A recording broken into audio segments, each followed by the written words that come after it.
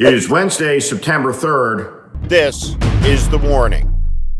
Nancy Mace left a meeting with Epstein survivors in tears. She said she hyperventilated, she started shaking, and she ran out of the room. She talked about the incident when she used her office to smear 4 men from the floor of the House of Representatives with charges they all deny. Nancy Mace, and a Congress full of narcissists, may be the foremost amongst them.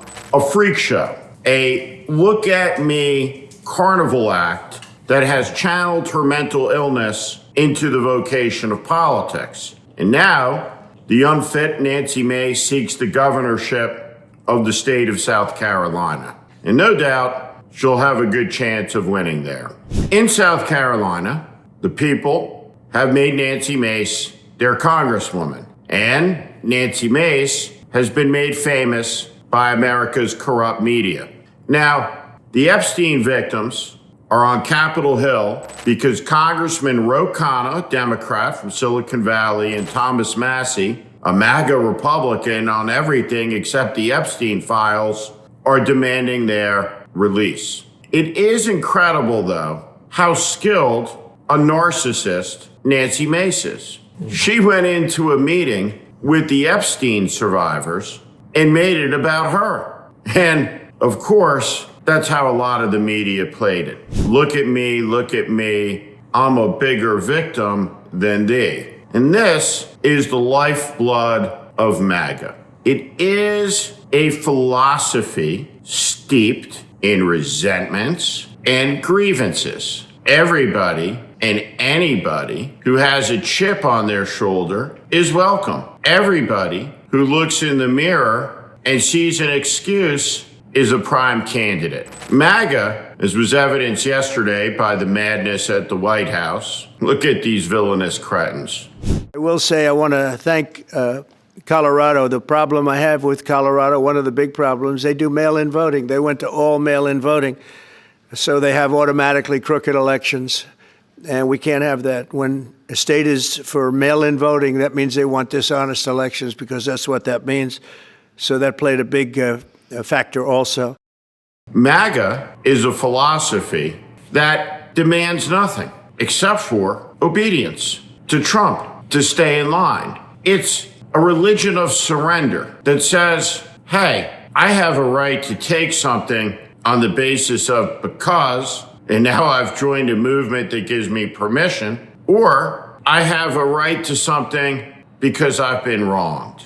And that's the story of Trump's life. A story of constant complaint and grievance that's been indulged at every conceivable level, including up to his fantasy about the stolen election. Let me show you what's not a fantasy. These pictures aren't a fantasy. India, China, Russia, they all see America's decay, division, rot, and weakness. What they see through their eyes is the death of democracy, or really the assertion of a decadent people that have no interests beyond the moment, that live glued to their phones, attaining nothing except that dopamine release from the next like or click.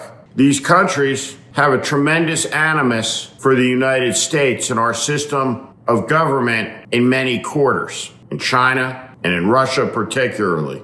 You need Trump back as president. They were afraid of him. China was afraid, and I don't like to use the word afraid, but I'm just quoting him. China was afraid of him. North Korea was afraid of him.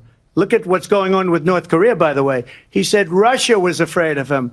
But that animus has never been able to exceed Donald Trump's animus combined with the indifference of the American people, because that is what is singeing the Constitution. And Donald Trump stomps around ignorant, declares an economic trade war on India and expects capitulation, and instead gets defiance and yokes India to a new alliance. The American economy is contracting. Are you considering taking away some of the tariffs that you've imposed on India? You had posted. No, we get along with India very well. But India has, you have to understand, for many years it was a one-sided relationship. Only now, since I came along, and because of the power that we have with tariffs, India was charging us tremendous tariffs, about the highest in the world. They were about the highest in the world, number one. And we therefore weren't doing much business with India, but they were doing business with us because we weren't charging them. Foolishly, we weren't charging them. So they would send in massive, everything they made, they'd send it in, pour it into our country. Therefore, it wouldn't be made here, which is a negative. But we would not send in anything because they were charging us 100% tariffs. And, I'll give you an example, Harley Davidson. Speculators are getting rich, but that's not a healthy economy. The strength of America is not found in having 1,315 billionaires, more than any other nation. It's in the power of the middle class, which is under siege. And life will get tougher for them and harder. Meanwhile, a political battle looms. And in every fight, every battle, the Democratic leadership in the Senate has capitulated to Donald Trump. Donald Trump calls himself a deal maker, which is a fantasy, except for when he's in a room with Chuck Schumer, because then he always gets the top end of the deal, and the American people lose. And another one of those is coming up. These next months, we'll see something extraordinary happen in the United States. The president's popularity will crater, along with the economy, along with the president's health. And at the same time, he will become more politically powerful. The last stop on the train we must get off of is in November of 2026. It's a long way off. The American people, no institution but us, will put an end to this madness. And that's exactly what it is.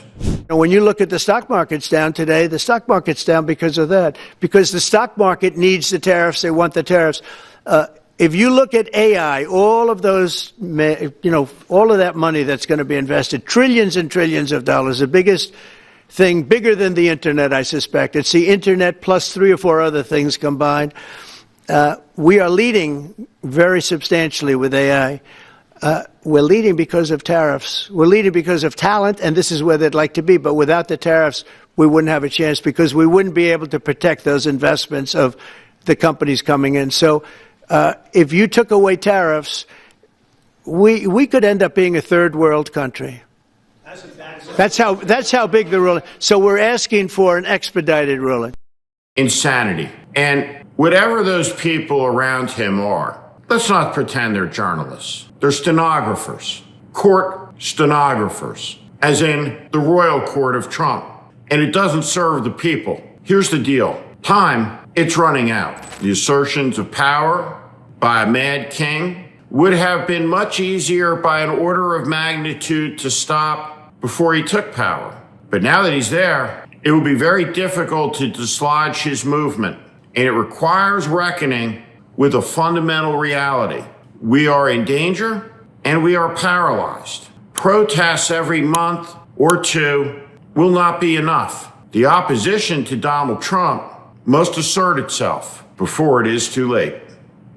I'm Steve Schmidt. This is The Warning. I invite you to join this community where I promise to be honest, blunt, and direct about what is happening in this country. America is in crisis. Follow and subscribe to this channel and on Substack. Thank you.